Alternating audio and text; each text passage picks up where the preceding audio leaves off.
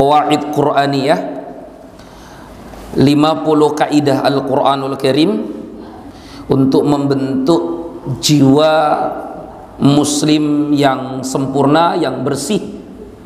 Maka sekarang kita sampai pada al-qaidatu as-saniyatu asyaratah, kaidah yang ke-12. Apa itu kaidah yang ke-12? Diambil dari Al-Quran surah Al-Hujurat ayat ke-13. Di kaidahnya kaidah ke-12 diambil dari surah Al-Hujurat ayat ke-13, di mana potongan dari firman Allah di ayat ke-13 surah Al-Hujurat berbunyi, inna akramakum indallahi atqakum, sesungguhnya orang yang paling mulia di antara kalian di sisi Allah adalah orang yang paling bertakwa.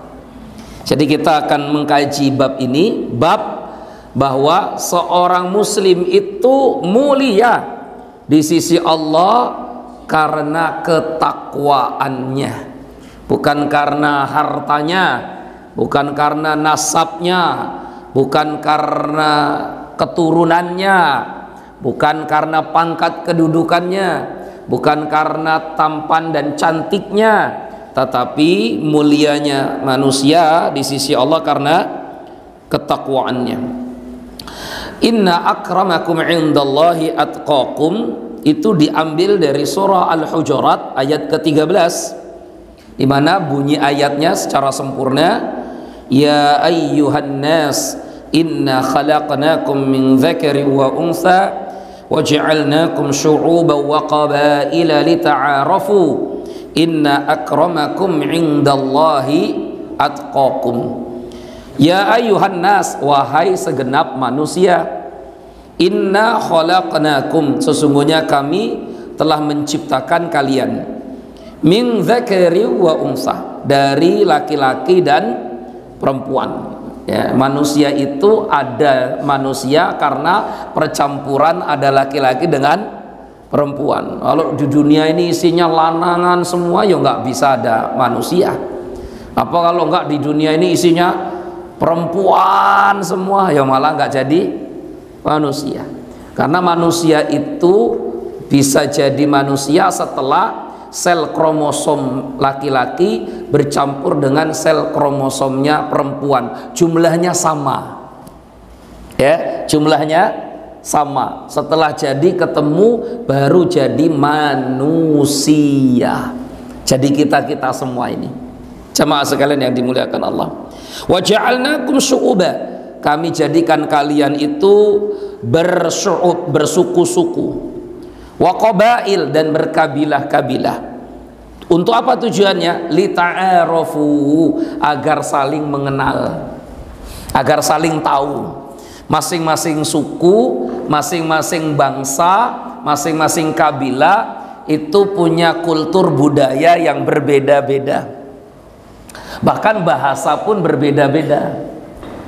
Menurut orang Jawa bahasa A itu baik, belum tentu menurut orang Sunda bahasa yang sama A itu baik. Bisa jadi artinya jelek, ya kan?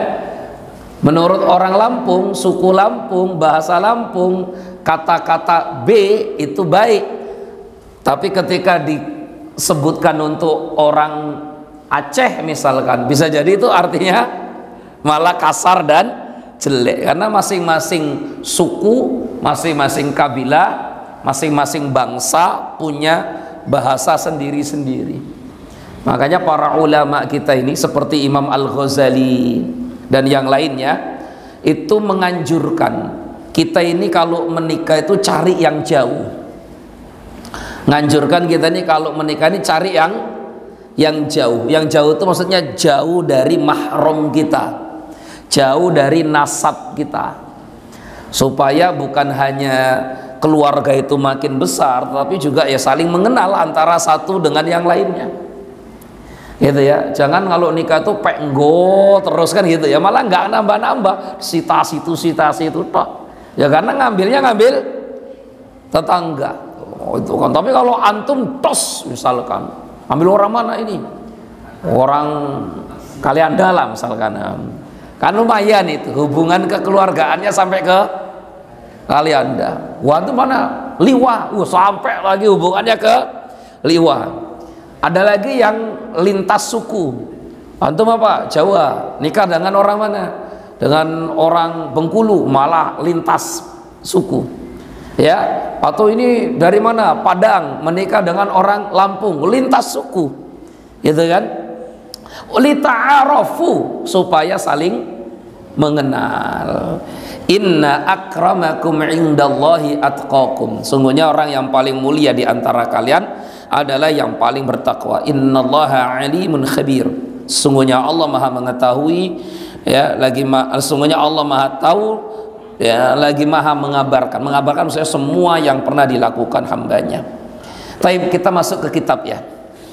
Jadi kata beliau begini, kata Syekh Umar bin Abdullah bin Muhammad Al-Muqbil, beliau katakan begini, lan yatabayyana laka mawqi'u hadhihi al-ayatil karimah illa idza sta'radta fi dhihnika syai'an minal mawazin allati kana yata'amalu biha arabul jahiliyah fi nadharatihim li ghairihim min ghairi qabailihim.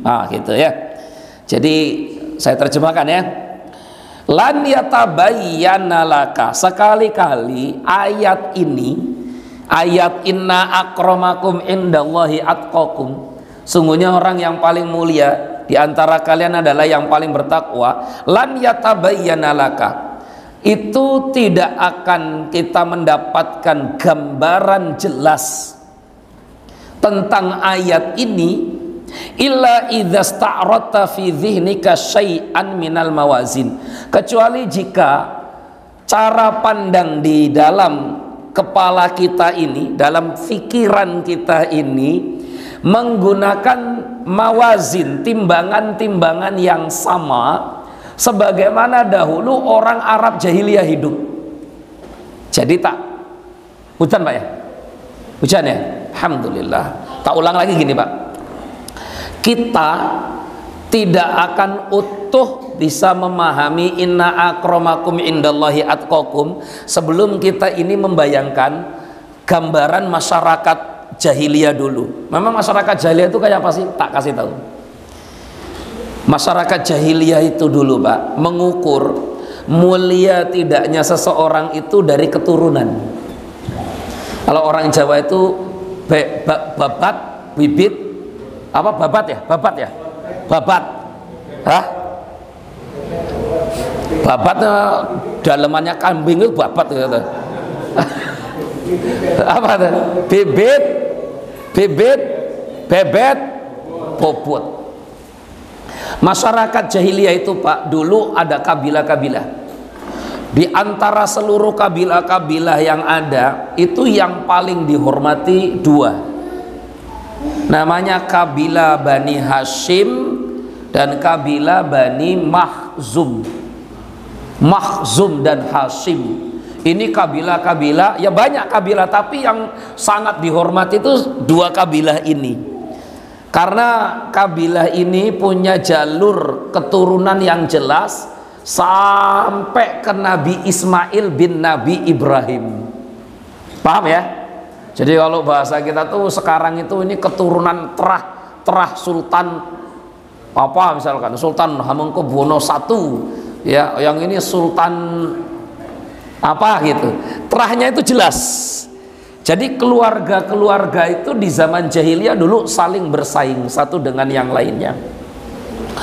Sebagian mengklaim bahwa keluarga kami, kabilah kami ini yang paling terhormat, paling mulia, paling tinggi derajat terahnya, darahnya itu darah biru, kata mereka.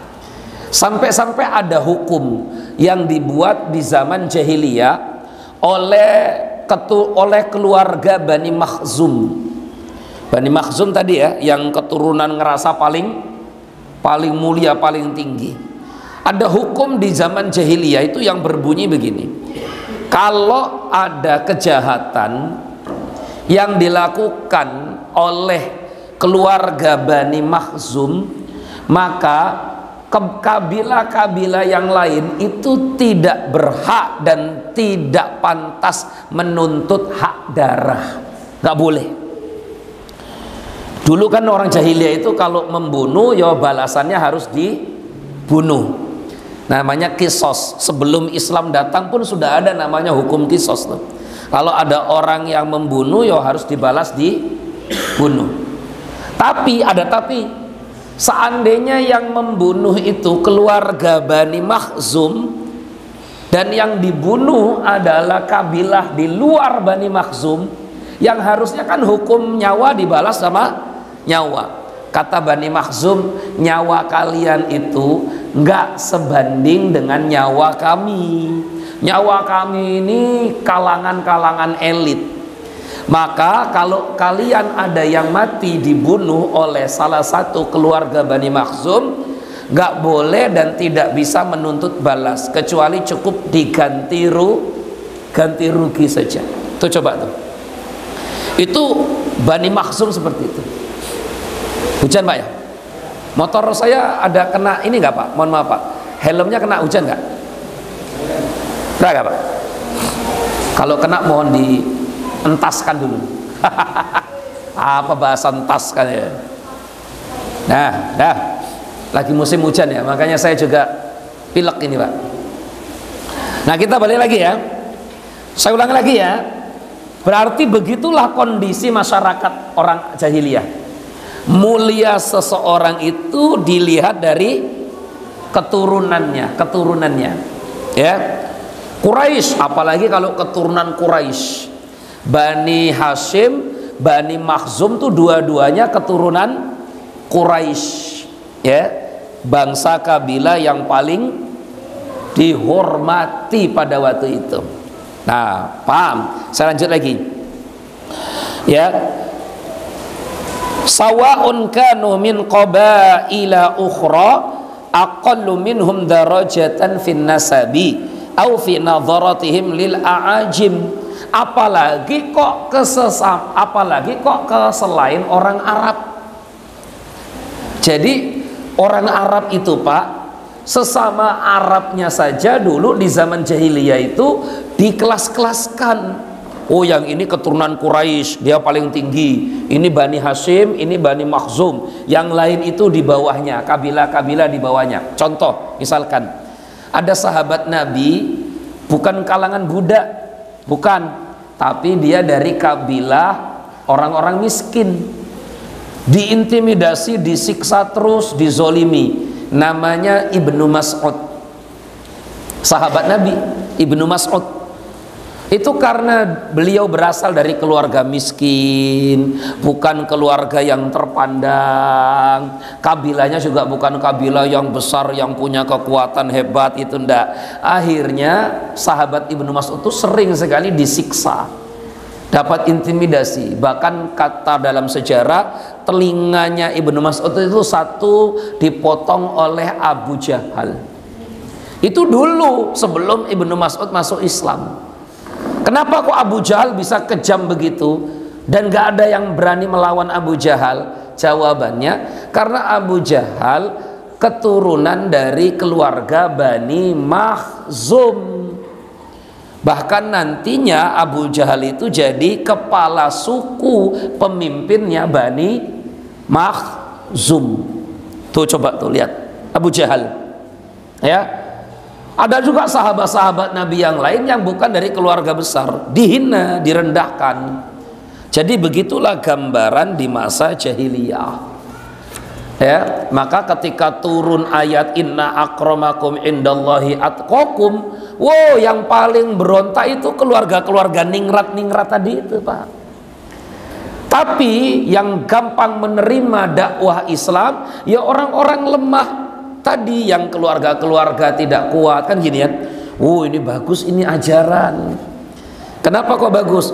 Di ajaran yang dibawa oleh Rasulullah itu tidak mengenal apa itu namanya, golongan-golongan, kasta-kasta kalau orang Hindu. Tapi kan kalau di Hindu kan kastanya kan beda banget kan itu ya. Ada kasta kesatria yang paling tinggi dulu ya, Brahma, Kesatria, terus kasta Sudra, satu lagi kasta apa? Hah? Waisa, kasta Waisa. Wah itu kan malah hafal kan. Mantan ya katanya, atau apa dah?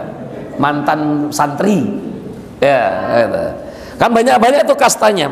Orang Arab jahiliyah itu nggak ada kasta, cuma disadari atau tidak pengklasifikasian kabilah itu ada. Emang nggak ada kasta, sama-sama merdeka, tapi kamu kan keturunan kabilah ini nggak semulia kabilah kami, gitu loh maksudnya, ya. Nah, jamaah sekalian yang dimuliakan Allah, maka coba antum lihat pengikut-pengikut Rasulullah SAW yang pertama kali ketika didakwai itu siapa yang ikut? Rata-rata satu, orang-orang budak dulu, mantan-mantan budak. Karena budak merasa bahwa inilah ajaran yang mulia, tidak membeda-bedakan yang mana merdeka, yang mana budak. Ya, karena ada ajaran untuk berbuat baik kepada budak. Ayatnya banyak banget tuh dalam Al-Quran. Ayatnya banyak betul, berbuat baik kepada budak di dalam Al-Quran. Terus yang kedua, yang miskin-miskin, keluarga-keluarga yang tidak kurang terhormat misalkan gitu ya, bukan tokoh-tokoh, bukan konglomerat, bukan keturunan-keturunan kesatria atau keturunan-keturunan yang lain, itu sama kedudukannya di hadapan agama Islam. Itu sama-sama harus sholat, sama-sama harus puasa. Mulia tidaknya seseorang dalam agama itu bukan karena warna kulitnya. Kalau dulu di Arab, jamaah sekalian, kalau yang kulitnya hitam-hitam itu ciri khas budak di Afrika. Tiba-tiba yang pertama-tama masuk Islam ternyata orang yang kulitnya hitam, Bilal bin Rabah. Bayangkan coba. Baik ya. Jamaah sekalian yang dimuliakan Allah, ayo kita masuk dalam penjelasan apa yang disebutkan oleh beliau. Karena sekarang ini kan lagi rame-rame di Indonesia ini ngomongin nasab, ya kan? Nasab itu lagi rame. Oh, yang ini konon katanya keturunan Nabi Muhammad SAW. Yang ini nggak setuju dengan mengatakan nggak ada keturunan Nabi Muhammad SAW. Semua masing-masing punya pengikutnya sendiri-sendiri.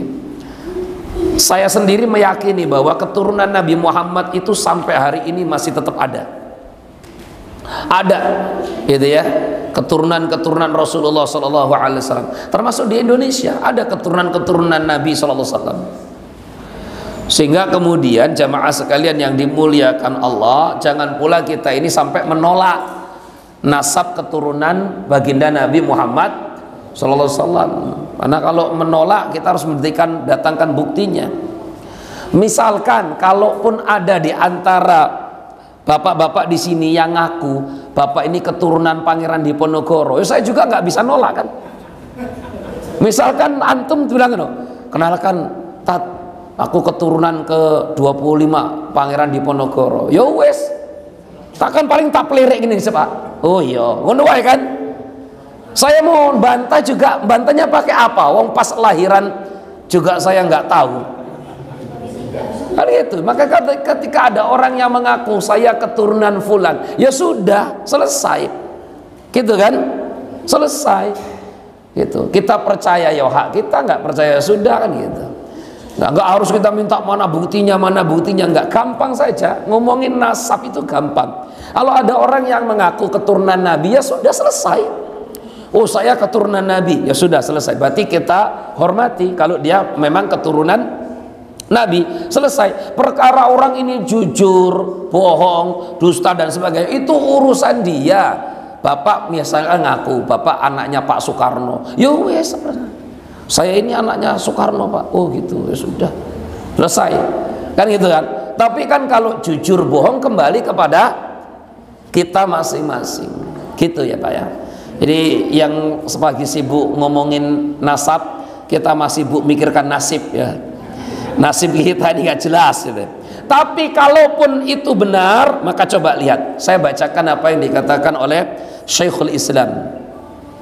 Wa qala Syekhul Islam, berkata Syekhul Islam, wa laysa fi kitabillahi ayatun wahidatun yamdahu fiha ahadan binasabihi. Kata beliau, walaisa fi kitabillahi ayatun wahidatun, tidak ada satupun ayat dalam Al-Quran, kitabullah, yamdahu fiha ahadan binasabihi, memuji seseorang karena nasabnya. Nggak ada di dalam Al-Quran, tidak ada satupun ayat yang memuji seseorang lantaran karena nasab. Nggak ada, nggak ada.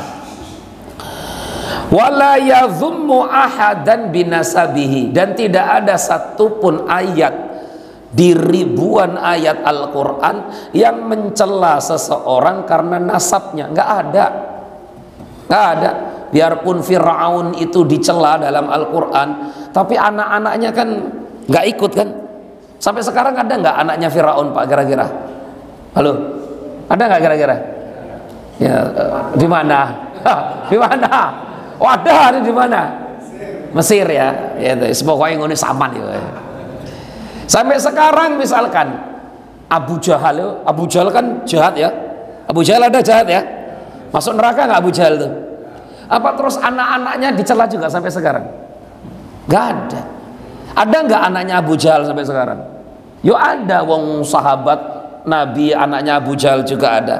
Ikrimah itu kan anaknya Abu Jahal, ya kan? Artinya kata Syekhul Islam, di dalam Al-Quran itu tidak ada satupun ayat yang menyebutkan mulianya seseorang karena nasab. Tidak pula ada satu ayat dalam Al-Quran yang mencela seseorang karena nasabnya. Selesai sudah. Karena tilka ummatun qad khalat laha ma kasabat walakum ma kasabtum. Itulah cerita umat terdahulu. Bagi mereka apa saja yang mereka lakukan akan dipertanggungjawabkan, dan bagi kita apa saja yang kita perbuat juga akan kita pertanggungjawabkan. Maka kata beliau, wa innama yamdahul imana wat taqwa wa yadhummal kufra wal fusuqa wal isyan. Kata beliau, tetapi ayat-ayat Al-Quran itu ada memuji orang yang beriman dan bertakwa, meskipun nasabnya bukan nasab yang dari kalangan terhormat, bibit bobot bobotnya ya, meskipun mungkin bisa jadi itu dari kalangan mantan-mantan budak, nggak masalah. Bilal bin Rabah, Khabbab bin Ard, Ammar bin Yasir, dan sahabat-sahabat Nabi yang dulunya mantan-mantan budak malah terhormat mulia sampai sekarang. Wa yadhummal kufra wal fusuqa wal isyan. Bahkan ayat-ayat Al-Quran banyak sekali yang mencela seseorang, menghina seseorang karena kefasikan, kekufuran dan maksiat. Jadi poinnya apa? Poinnya adalah jamaah sekalian, Islam ini agama yang mengajarkan kepada kita satu faham ajaran. Apa itu? Mulia hinanya seseorang bukan karena nasab keturunannya. Mulia seseorang karena iman dan takwanya. Terhina seseorang karena kekafiran, kefasikan dan maksiatnya. Selesai sudah. Ya, selesai sudah. Maka bisa saja orang yang mohon maaf pakaiannya kusut, compang-camping, gitu ya, baunya keringet, itu di sisi Allah malah lebih mulia daripada yang pakaiannya licin, wangi, semerbak, ya, kemana-mana harum. Bisa jadi malah yang mulia yang tadi, karena iman dan takwanya. Kemudian di sini penulis Syekh Umar bin Abdullah Al-Muqbil membawakan kisah tentang cucu Rasulullah SAW. Namanya Ali ibnul Husain bin Ali bin Abi Talib. Namanya Ali Zainal Abidin ya, Imam Ali Zainal Abidin, Ali bin Husain bin Ali bin Abi Talib. Jadi cicitnya Rasulullah, cucunya Ali bin Abi Talib. Al-ma'ruf bi Zainal Abidin, Ali bin Husain bin Ali bin Abi Talib ini dikenal dalam sejarah dengan nama Zainal Abidin. Kenapa disebut Zainal Abidin? Karena ahli ibadah yang luar biasa. Beliau ini malamnya itu hidup dengan sholat tahajud. Di kota Madinah setiap malam itu ada kejadian di depan pintu orang-orang miskin ada karung-karung gandum yang ditinggalkan, tapi nggak pernah ketahuan yang ngantarkan karung gandum berisi itu siapa, itu nggak pernah ketahuan ya, karena waktu itu CCTV belum ada. Jadi orang miskin tuh kalau membuka pintu ada gandum, ada satu karung isinya gandum dan sebagainya. Sampai ketika Imam Zainal Abidin Ali bin Husain meninggal dunia, barulah penduduk Madinah itu sadar kalau yang ngantarkan karung-karung gandum itu sebenarnya Imam Ali Zainal Abidin. Karena apa? Setelah beliau meninggal nggak ada lagi tuh gandum serangan malam di depan pintu fakir miskin. Kalau serangan fajar sampai sekarang masih ada, masih ada. Ya, ini serangan malam. Yang kedua, pas dimandikan jasadnya Imam Ali Zainal Abidin itu penuh kapalan punggungnya. Itu menunjukkan bahwa punggungnya itu suka dipakai untuk mikul. Itu kayak punggungnya petani ya. Petani itu kan punggungnya kan kasar-kasar, Pak. Ya, gitu. Kalau kantoran itu yang kasar jarinya. Gitu ya. Jarinya karena nulis terus. Gitu ya. Kalau orang di jalan itu yang kasar malah mulutnya. Ya, jadi kalau petani itu yang kapalan punggungnya, kalau orang kantoran yang kapalan apanya? Jarinya, kalau orang di jalan yang kapalan mulutnya. Wong lambe turah ngomong terusan gitu ya. Lambe turah. Baik, jamaah sekalian yang dimuliakan Allah. Ini Ali Zainal Abidin ya. Ali Zainal Abidin itu jamaah sekalian, ini ulama besar, dihormati oleh ahli sunnah wal jamaah dan kelompok Syiah. Orang Syiah juga yang memuliakan Ali Zainal Abidin. Wah, ini terkenal banget nih, Ali bin Husain bin Ali bin Abi Thalib ya, Zainal Abidin. Wa huwa min sukani Madinatin Nabi. Ali Zainal Abidin itu penduduk kota Madinah. Idza dakhala al-masjid, apabila beliau masuk masjid, yatakhatta hilaqa qaumihi min Quraisy. Beliau biasanya itu menjauh dari perkumpulan orang-orang Quraisy. Jadi ternyata jamaah sekalian, di zaman Ali Zainal Abidin, di zaman cicitnya Rasulullah, itu di masjid sudah ada kebiasaan budaya membuat kelompok-kelompok kecil namanya halakoh-halakoh di dalam Masjid Nabawi. Yang di sana itu kelompok halakoh keturunan keluarga ini, yang di sini kelompok halakoh keturunan keluarga Quraisy, yang di sini keturunan keluarga siapa. Itu ada, dan itu bagian nggak bagus tuh di situ. Karena adanya komunitas kumpulan-kumpulan keluarga besar itu salah satu sebab awal mula timbulnya fanatisme itu di situ. Makanya di zaman Umar bin Khattab dulu dilarang, Pak, waktu orang-orang Quraisy mengusulkan kepada Umar bin Khattab mau membuat komunitas keluarga besar, namanya Ikatan Keluarga Besar Quraisy, IKK. Kalau bahasa kita singkatannya IKK. Betul, ini ada sejarahnya. Jadi kan Quraisy itu di Madinah adalah transmigran, hijrah. Aslinya kan di Mekah. Orang Quraisy itu aslinya di Mekah. Tapi semenjak Nabi hijrah, penduduk Quraisy itu banyak yang pindah ke Madinah. Nah, biasanya cerita-cerita orang kalau transmigran, itu di kampung transnya itu pasti bikin apa? Paguyuban keluarga besar, ya kan? Orang Sumatera Utara buat ikatan keluarga Sumatera Utara, kan gitu kan? Biasanya mengikat hubungan kekeluargaan di negeri orang, di tempat jauh. Karena kita itu di negeri sendiri memang jauh, tapi kalau sama-sama melancong di negeri orang yang jauh pun terasa sama-sama dekat. Contoh nih, contoh. Kalau kita sampai ke Mekah di Tanah Suci, itu di Tanah Suci itu kan banyak orang dari semua negara di dunia. Dari Mesir, dari Eropa, dari Amerika, dari Asia, itu banyak. Indonesia, Malaysia, Thailand, Vietnam, Myanmar, ngumpul semua. Ya, ini lucunya nih. Waktu kita sama-sama pergi sampai ke Tanah Suci, ini orang Indonesia, ini orang Malaysia, nggak akrab. Kenapa nggak akrab? Wong beda negara. Tapi sama-sama ketemu orang Indonesia, biarpun yang satu Lampung, yang satu Sulawesi, itu akrab, Pak. Indonesia, wah Indonesia, wah dari mana Pak? Sulawesi, oh Lampung, tuh coba. Padahal lo Sulawesi Lampung, lo enggak jauhnya segini.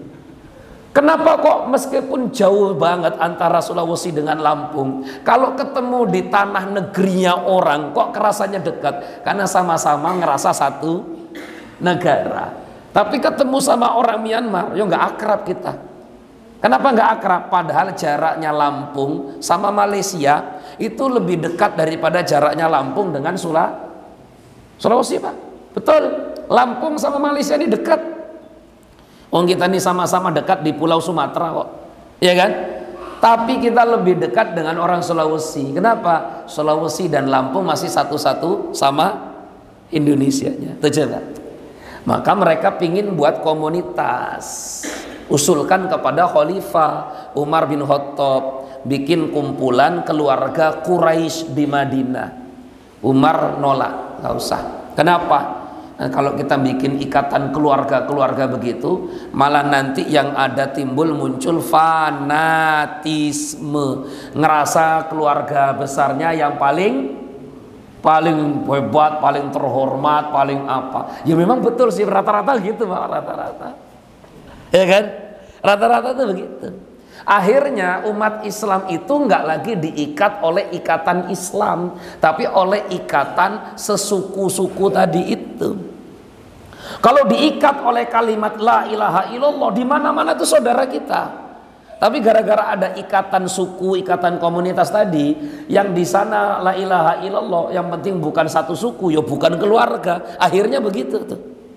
Jamaah sekalian. Nggak terasa inna akramakum indallahi atqakum. Sungguhnya yang paling mulia di sisi kalian tuh yang paling bertakwa. Saya lanjutkan kisahnya Ali Zainal Abidin. Beliau tuh kalau masuk masjid menjauh dari halaqah perkumpulannya keluarga besar Quraisy. Hatta ya'tiya halaqata Zaid ibni Aslam. Tapi beliau malah duduk di halaqahnya Zaid bin Aslam. Wahuwa maula, itu mantan budak. Zaid bin Aslam ini mantan budak. Kok malah Ali Zainal Abidin, keluar orang yang sangat terhormat dari keluarga yang paling mulia, malah duduknya bareng sama mantan-mantan budak. Ya. Terus kemudian faka'anna ba'dun nas lamahu, dan orang-orang yang Quraisy tadi, keluarga besar, seolah-olah nggak suka dan mengatakan, wahai Ali Zainal Abidin, antar rojulul Quraisy, kamu ini kan orang Quraisy. Quraisy itu kan suku yang terhormat. Masa kamu mau duduk-duduk sama mantan-mantan budak itu? Duduknya sama kami di sinilah. Apa katanya? Faqala kalimatan mala'uhal aql. Maka kemudian beliau mengucapkan, innama yajlisu rajulu ila man yanfa'uhu fi dinihi. Sungguhnya orang itu duduk di dekat orang yang bisa memberikan manfaat agamanya. Tuh coba lihat. Jadi Ali Zainal Abidin itu ngukur mulia tidaknya seseorang tuh dari agamanya. Walau saya duduk di sini dapat manfaat, ilmu agama saya nambah, paham agama saya makin bagus, dah ini duduk yang paling bagus. Ini kan kadang enggak, Pak, ya mohon maaf ya, kita itu kadang kalau kumpul, ya entah riungan, entah apa, entah kumpul-kumpul di masyarakat, itu kan seolah-olah itu secara ndak kita sadari sebenarnya itu di masyarakat kita tuh sudah membuat kubu-kubu sendiri-sendiri. Ya, kalau kubune wong sugih jagoe karo wong sugih-sugih kabeh. Kan gitu kan ya. Seolah-olah karo ling wong melarat tuh ra lepelan, kan gitu kan? Gitu. Terus kalau ling wong apa itu yang kalau partai, ling partai separtai-partai. Seolah-olah kalau berseberangan partai itu bukan teman, bukan kawan. Itu kadang tuh begitu. Kadang begitu. Padahal Rasulullah SAW tidak membeda-bedakan. Kata Ali Zainal Abidin, maka malah innama yajlisur rajulu ila man yanfa'uhu fi dinihi. Bahasanya seorang itu duduk bersama orang yang bisa memberikan manfaat agamanya. Harusnya begitu dicari itu. Makanya kita tuh kalau duduk sama orang alim, orang pinter, orang tahu, orang ngerti itu harusnya seneng. Kenapa? Dapat ilmu. Malah kalau duduk kelamaan sama orang kaya itu malah nyakitkan, Pak. Ya kayak saya tadi cerita luar negeri itu, cerita tentang luar negeri kepada orang yang nggak pernah keluar negeri itu kan nyesekkan dada, Pak. Saya mau cerita banyak, misalkan, di tanah suci itu, di Saudi itu ada gang di sini, ada jalan ini, ada hotel ini, ada gunung ini. Saya bisa cerita begitu. Tapi yang nggak ke tanah suci, makin dengar cerita makin sesak dadanya. Aku ini mau nyauti opoan gitu. Karena mau nyaut juga nggak nyambung. Sama, duduk kita semakin lama dengan orang kaya itu malah makin nyesekkan dada. Orang kaya yang ngerokoknya yang mahal, yang harga rokoknya itu, saya kemarin tanya, ternyata ada harga rokok itu satu bungkus itu 45.000, ada. Murah itu 45.000 rokok ini. Marlboro, ada nggak yang lebih mahal dari Marlboro, Pak? Nggak ada. Jaya, nggak ada Jaya. Murah. Yang murah berapa rokok itu paling murah? 5.000. 12.000. Marlboro berapa Marlboro tadi? 45. Hafal. Marlboro tuh 45. Sehari mungkin nggak habis 2 bungkus. Habis 2 bungkus. Berarti kalau 2 bungkus kan 45 kali 2 90. 100.000 lah taruh. 100.000. Wow, Soge lah, 3 juta kok setahun, Pak. Ngerokok saja 3 juta setahun. Pada soge itu. Nah terus ini ngerokok Marlboro. Terus jenengan tuh ngerokok apa itu? Yang murah apa tadi? Jaya rola sewu jejerke sama Marlboro. Apa ndak? Jaya itu minder tuh, Pak. Ini sinar metu, ini sin rokok yang metu. Ini 45.000.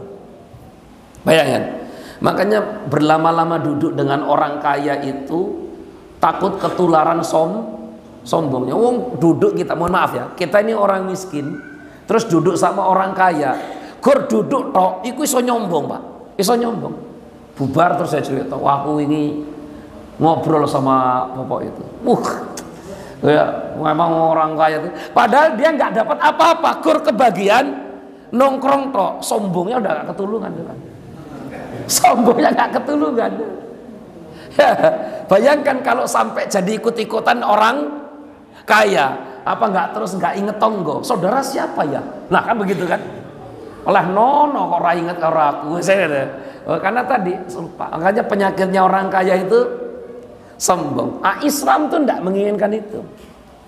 Maka Islam katakan inna akramakum indallahi atqakum. Sungguhnya orang yang paling mulia di sisi Allah di antara kalian adalah yang paling bertakwa. Baik, saya singkat ringkasannya sebelum Isya.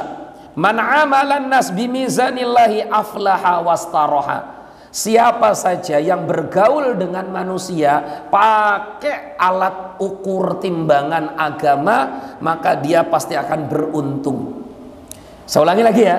Siapa saja yang bergaul dengan manusia pakai alat ukur timbangan agama, pasti dia akan beruntung.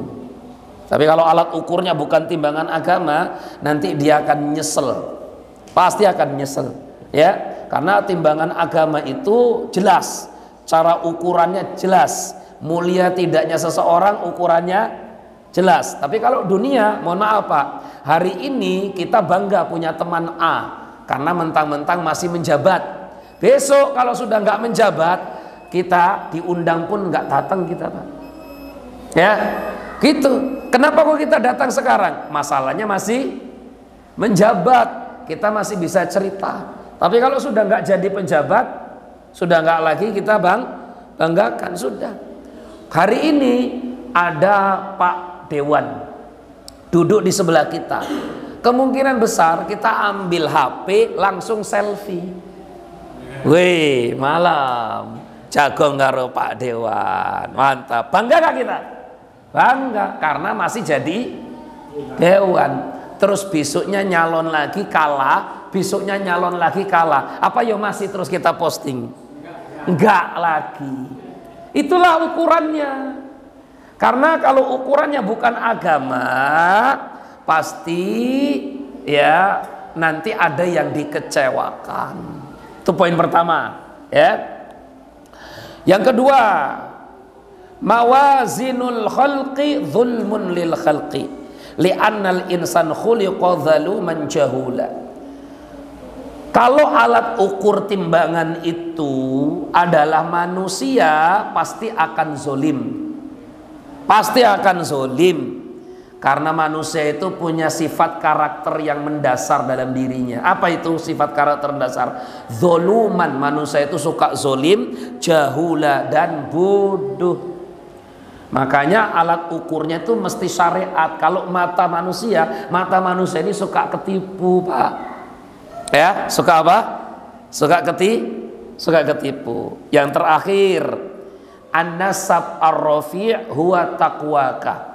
Nasabmu yang mulia adalah ketakwaanmu itu sendiri. Amma ansabud dunya fa khiyalun zailun. Adapun nasab dunia, keturunan manusia itu adalah khiyalun zailun, kesombongan yang nantinya akan sirna, nggak ada. Itu namanya apa? Fata morgana. Fata morgana. Paham ya Pak ya? Jadi semulia-mulianya nasab itu karena ketakwaan. Adapun nasab karena keluarga itu fata morgana. Tak tanya, apa nanti kalau pas amalan kita kurang, ibadah kita kurang, dan kita terus masuk neraka, nasab kita yang mulia, yang terhormat, yang kalau pas dipanggil itu tuanku, yang dipertuan, engkang kulo kuwana, macam-macam itu, kira-kira itu bisa membuat dia masuk surga enggak? Enggak. Man bata'a bihi amaluhu lam yusri bihi nasabuhu. Siapa yang amalnya lambat, amalnya kurang, nasabnya nggak bisa nolong dia. Paham ya? Kalau di akhirat begitu Pak. Maka yang amalnya kurang, lengora sholat, lengora gelem ngaji, biarpun keturunan raja, sama saja di akhirat nggak ada terhormatnya. Mau dia rakyat jelata, tapi taatnya kepada Allah mantap, ya, takwanya juga hebat, nurut agamanya mantap, yang keturunan biasa malah terhormat di sisi Allah. Subhanakallahumma bihamdika asyhadu an la ilaha illa anta astaghfiruka wa atubu ilaik. Akhiru kalam, wassalamualaikum warahmatullahi wabarakatuh.